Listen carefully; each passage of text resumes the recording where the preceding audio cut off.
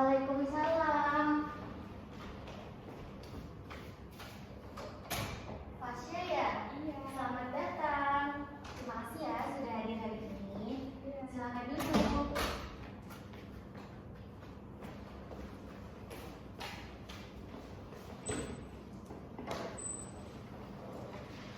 Kalau boleh tahu, tadi kesini sama siapa? Hanya sendirian saja. Sendirian aja ya? Tadi gimana di perjalanan? Apakah lancar atau ada kendala?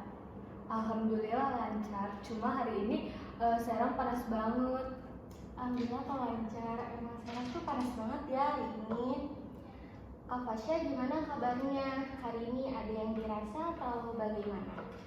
Alhamdulillah baik. Cuman lagi capek karena banyak pikiran. Saya ngerti, tapi terima kasih ya sudah hadir hari ini. Sebelum kita mulai lebih dalam, boleh nih Kak Fasya perkenalan dulu. Oke, perkenalkan nama saya Fasya Diti Ramadhani, biasa dipanggil Fasya. Oke Kak Fasya, sebelum kita mulai aku mau nanya nih, apakah Kak Fasya sebelumnya sudah pernah mengikuti sesi konseling? Belum pernah Kak, ini pertama kalinya untuk saya. Wah, seneng banget, berarti saya konselor pertama Kak Fasya ya. Oke, sebelum kita lanjut lebih dalam, saya akan menjelaskan dulu asas-asas yang ada di dalam sesi konseling ini. Yang pertama itu ada asas kerahasiaan, yaitu semua cerita kakak akan disimpan dan tidak akan diceritakan ke siapapun. Kedua, asas kesukarelaan. Sebelumnya Kak Fasya datang ke sini karena paksaan atau karena kesukarelaan? Kesukarelaan sih Kak. Alhamdulillah kalau kayak gitu. Yang ketiga itu asas keterbukaan. Jadi Kak Fasya boleh cerita apapun di sini.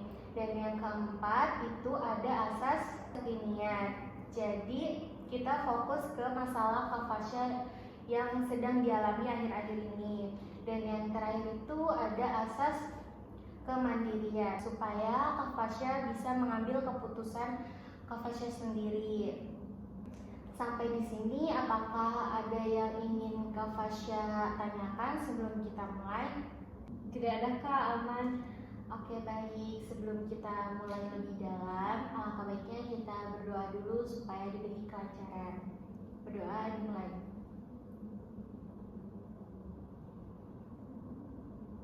Berdoa supaya Kak Fasya duduknya sudah nyaman? Sudah Kak. Oke baik kalau gitu, saya akan mendengarkan cerita Kak Fasya hari ini. Kalau ada hal-hal yang berat, santai aja ya Kak, kita ngobrol pelan-pelan. Iya baik Kak. Kalau kakak tidak keberatan, kakak boleh cerita apa yang kakak rasa akhir-akhir ini. Jadi Kak, akhir-akhir ini saya benar-benar capek dan tugas kuliah makin banyak. Deadline-nya juga mepet. Terus di rumah juga kayak ribut gitu, sering ribut. Jadi suasananya tuh kayak nggak tenang. Saya juga jadi susah tidur, sering begadang. Terus saya ngerasa sendiri kayak nggak ada yang peduli gitu. Makanya saya datang ke sini. Jadi kakak ngerasa capek karena tugas kuliah numpuk, rumah berisik, jam tidur berantakan, dan kakak ngerasa sendirian, gitu ya Kak? Iya Kak.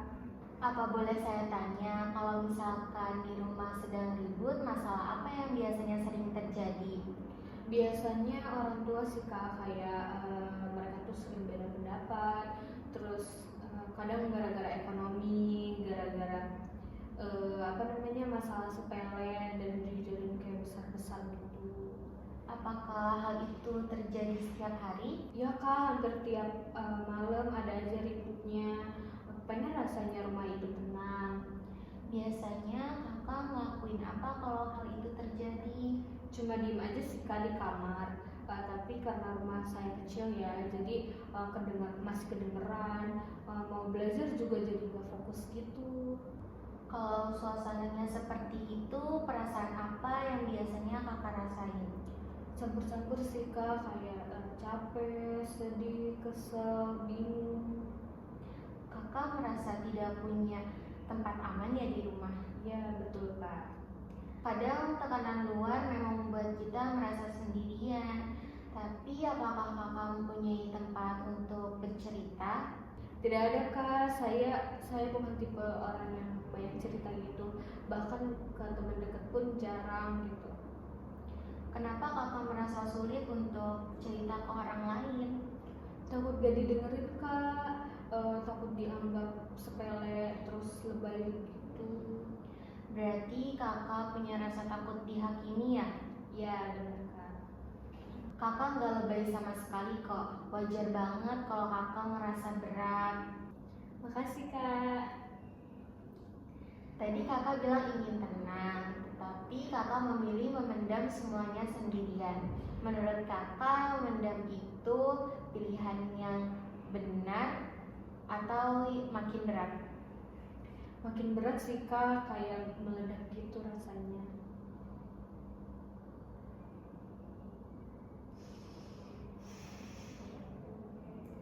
Oke, kak, coba bayangin deh satu tempat yang bikin kakak tenang.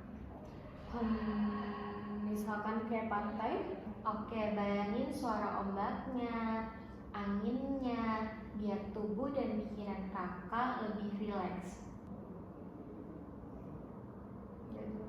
Jadi masalah kakak hari ini adalah tugas kuliah, kondisi rumah yang tidak tenang, serta tidur tidak teratur, dan perasaan sendirian. Hal-hal itu menumpuk dan membuat kakak kewalahan.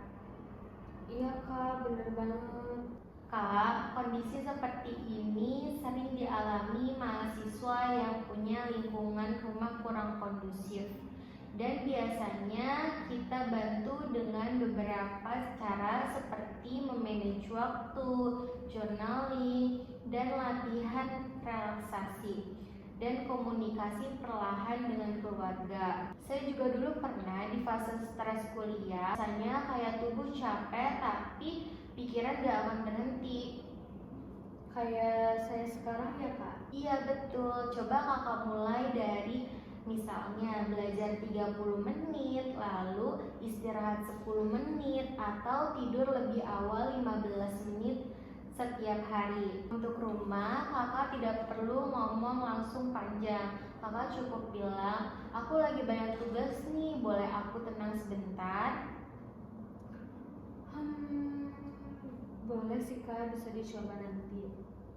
Dari semua saran tadi, mana yang paling mungkin kakak akan coba duluan?